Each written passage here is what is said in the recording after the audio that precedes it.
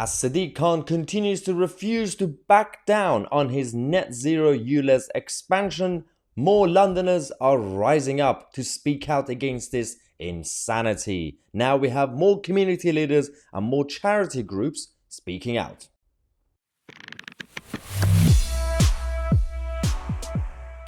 It is fascinating that these sort of policies, whether it's the low traffic neighborhoods, clean air zones, the ultra low emission zones, the 15-minute neighborhoods, it's always supported by those who are least affected by it. The champagne socialists, the urbanite liberal metropolitans who are just taking the taxis, Ubers everywhere with their Starbucks coffees and everything else. They want to be convenient. Everybody else, they don't matter. Now, we have more updates in terms of who's going to be damaged by Sadiq Khan's ULEZ expansion, and we have to expose these sort of stories every single day, even if they get repetitive.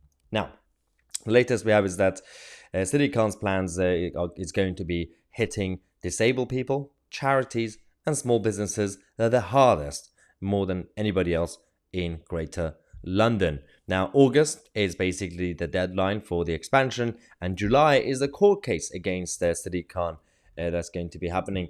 And of course, we have local authorities and boroughs who've decided to rebel, mostly led by Conservatives.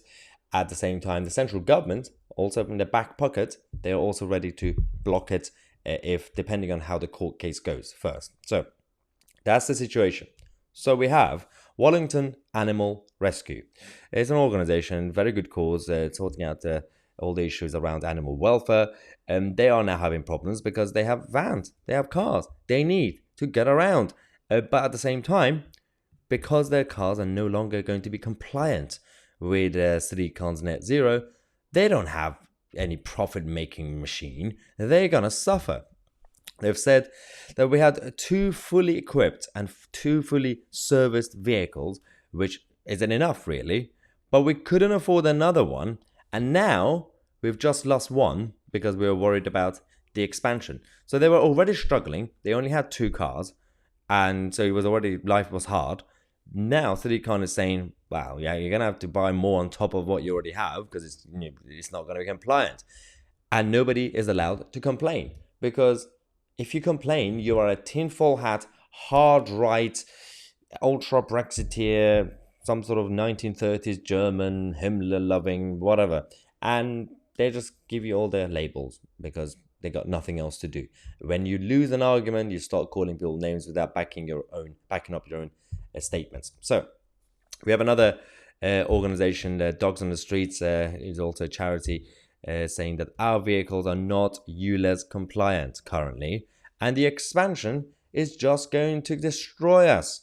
It's going to have a really severe impact on the emergency services we can provide and the clients that we can support.